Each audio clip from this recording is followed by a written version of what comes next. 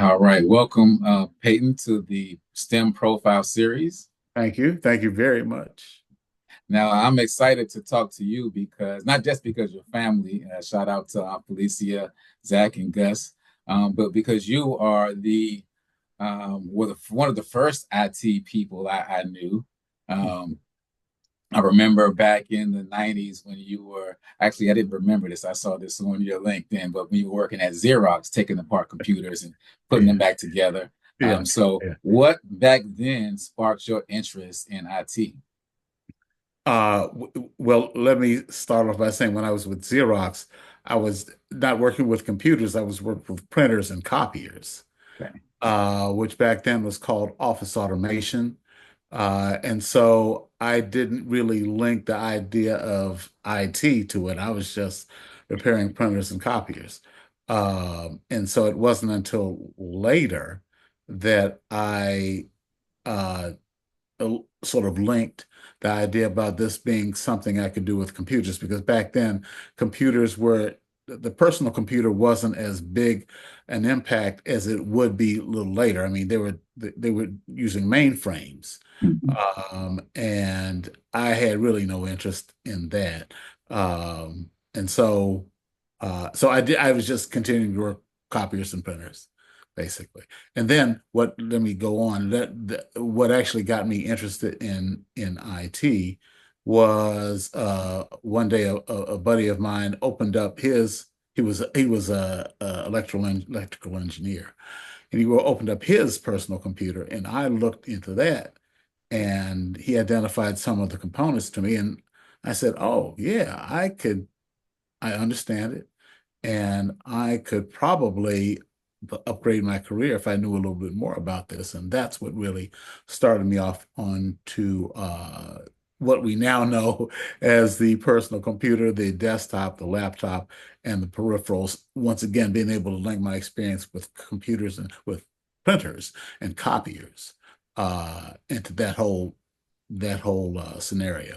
So yeah, that's basically how I got interested. All right, now that's good. That's great. And you said that was the 90s. Oh yeah, that was early 90s. Yes. So your experience in the technology or IT field spans from the 90s up until the 2024, Yeah. 2025. Yeah. And so, what are some of the skills that you think benefited you the most along that journey?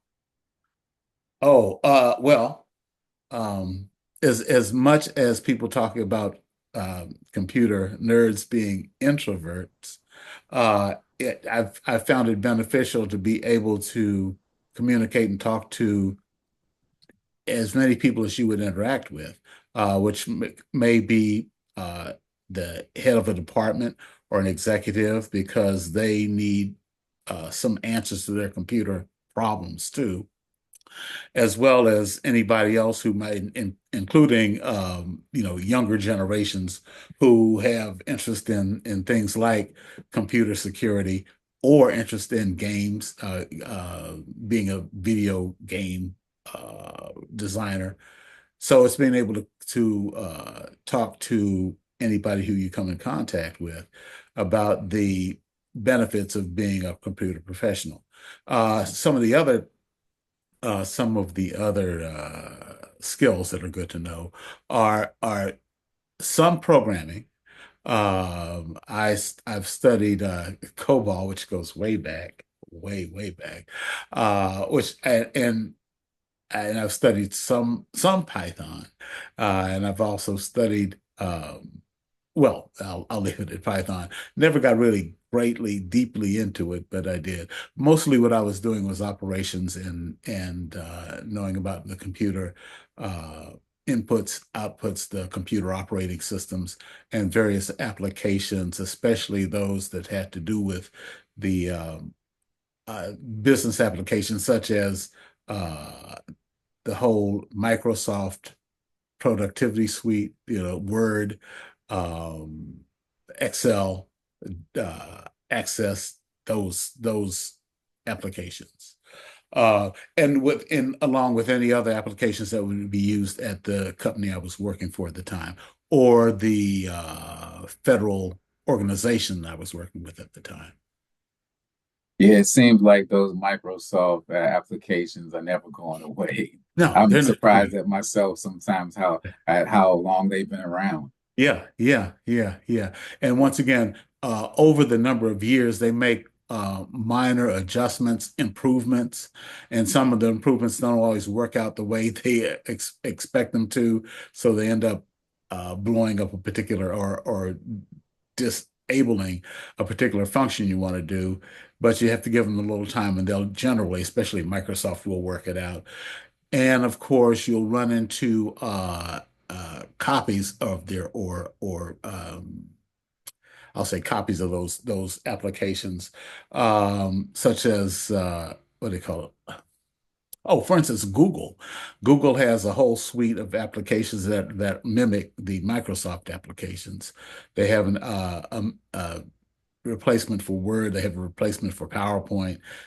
Google has a whole suite of applications, which are free, and a lot of people use those along with other Google applications, including the database itself, which you can ask anything of, and it brings you an answer. So, yeah, those are among the things that have been beneficial to everybody, I guess. And that before we got started, you mentioned that you were recently retired. Hmm. So over the course of your career, what were some of the ways that you stayed on top of the changing trends in the tech industry? Certifications basically. I spent a lot of time with certifications. Among the hardest was a certification that was PMP, project management professional, which I got a number of years ago. Also a security plus, which wasn't that hard, but I found it beneficial because they knew they everybody was worried that everybody was wary that you'd have to have some kind of security around your workings with the computer, both as far as the application itself, the software, and your hardware, making sure that you knew that you couldn't just use 1, 2, 3, 4, 5 as your password, but you needed something a little bit more robust. As a matter of fact, a lot of systems wouldn't let you just use a simple word like password to be your password. Those are all security systems that are built in to much of the software that you have today. But so yeah, I would say the certifications are good. Also, I attained a master's degree in information telecommunication systems, which was also helpful in getting me in the door of many of the positions that I worked in. So yeah, education, just continuing to study.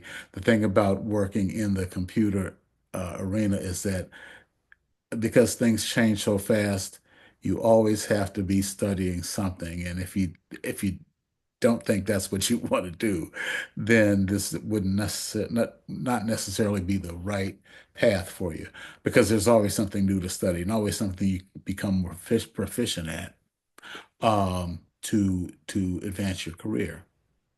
That's among the things that I find is beneficial.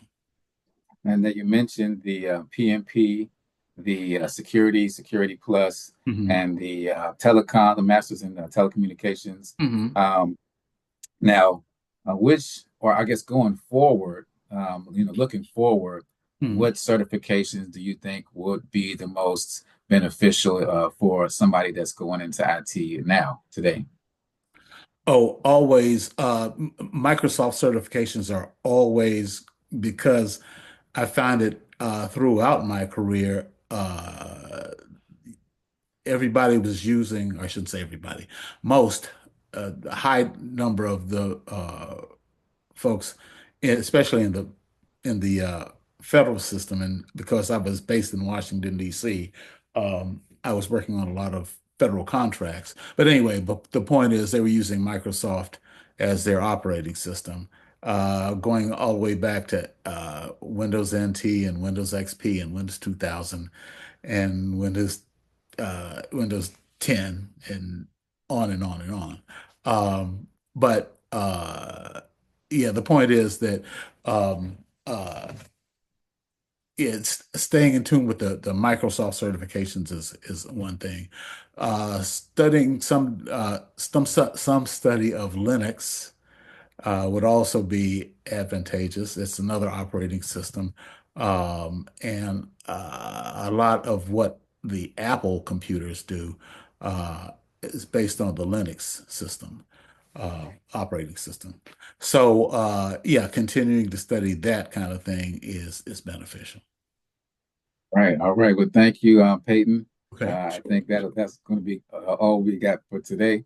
Sure, sure. Enjoy your vacation or retirement. I see the trees in the background are appropriate for a recently Yeah, yeah, retired my person. palm tree. Yeah, That's well, right. once again, it's just a video in the back. Maybe one day I'll make it to Hawaii. That would be a wonderful, wonderful vacation. But All right. thank you Well, very much for having me. I appreciate it. And call anytime.